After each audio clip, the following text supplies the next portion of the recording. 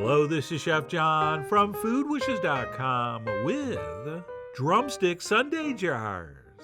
That's right, we're doing my favorite ice cream truck treat in jar form. And my favorite part of a drumstick was always the chopped peanut stuck to that crispy chocolate shell, which was always gone after the first 2 bites. Well, with these, we're going to be able to get everything with every bite. And to get started, we will take some sugar cones and some type of thin serrated knife, and we're going to create an optional garnish by gently sawing around the cone about a couple inches from the tip. And once we've scored that as shown, we can go ahead and snap that off.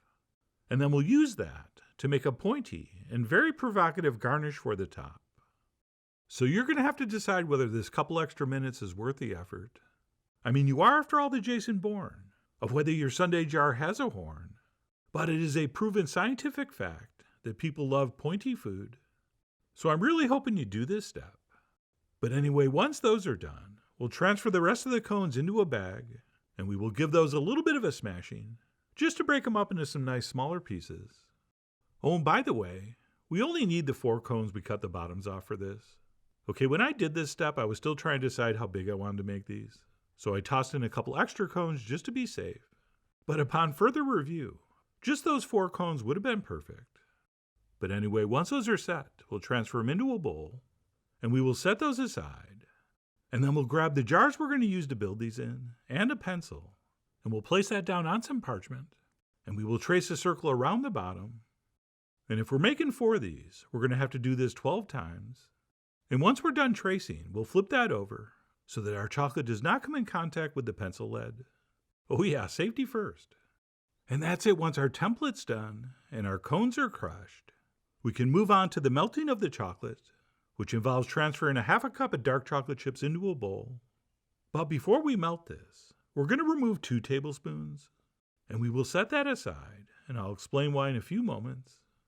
And then what we'll do is zap that in the microwave until that chocolate's nice and hot, and will be completely fluid when stirred.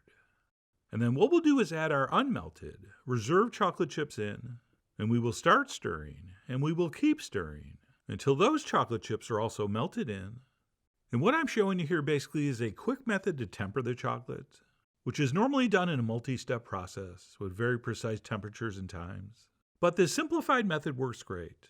And once we've shaped the chocolate and it cools down and firms up, it'll be nice and crispy and have that signature snap. And that's it. Once our chocolate's set, we can head to our template, and we'll transfer on a nice rounded teaspoon into the center of each circle.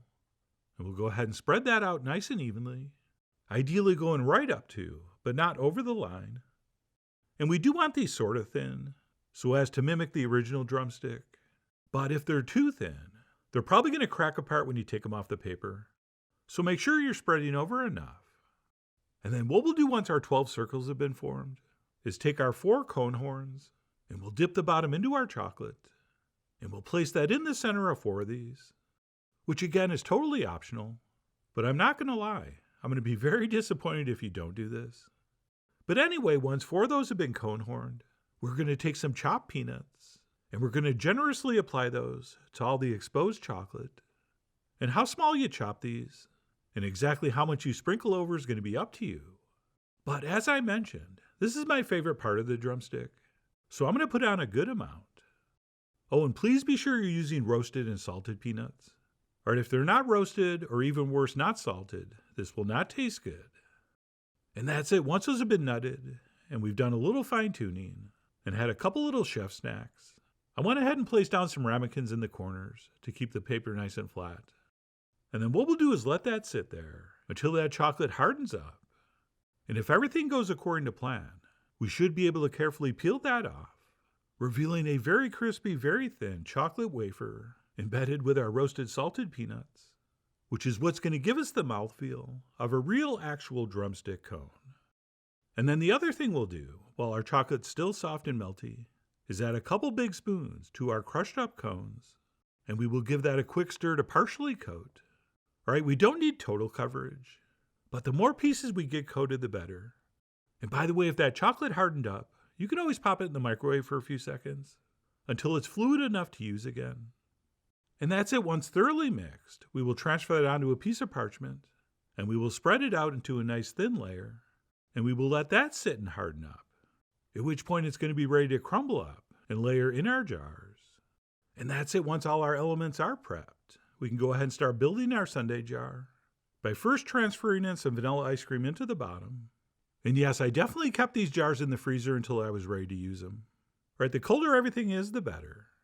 And once we have our ice cream in, we'll top that with some of our chocolate-covered crush cone. And we should probably grab a spoon and make sure that's nice and firmly packed down. And then once we top that with a little more ice cream, we will place over one of our crispy chocolate peanut wafers. And we'll go ahead and press that in. And then we'll top that with another layer of ice cream, plus some more of the crush cone mixture. And then one more chocolate peanut wafer. Oh, and do not worry about the chocolate peanut wafer breaking up as you're working with it. Right, once these are assembled, no one will ever know. And the only one you really want to be careful of is the one that has the cone horn that we're going to place on top, since that really is the only thing we're going to be able to see. Speaking of which, after we've completed those 2 layers, we will pretty much fill this all the way to the top with vanilla ice cream. And once we have that smoothed out a little bit, we will grab one of the pieces with the cone and place that on top. And we will quickly place that in the freezer while we build the rest. And that's it. Once those are all done, we will leave those in the freezer until we're ready to serve, at which point we'll set those out on some sort of attractive, enticing platter, or if you want something like this. And once people stop chuckling, I think they will all very quickly realize what they're about to enjoy, which is that drumstick sundae cone from your childhood, only like 10 times better. Okay, not only did we use better quality ingredients, we were able to use more of them and construct this in a way where we get that goodness in every bite. And while it might be tempting to do a shortcut version of this and just throw the peanuts and chocolate chips right into the ice cream, I think that little bit of time we invest in making the crispy wafers is more than worthwhile, since that's going to give us virtually the same identical texture that makes the drumstick such a popular frozen treat. Okay, it might not seem like a big difference, but it is. Right, it's a huge difference. And any real, true fan of the drumstick will completely understand that. And of course, you can do variations on this, since they do drumsticks with caramel and peanut butter.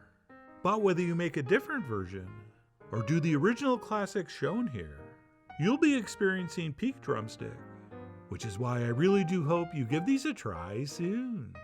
So please follow the links below for the ingredient amounts, a printable written recipe, and much more info as usual. And as always, enjoy.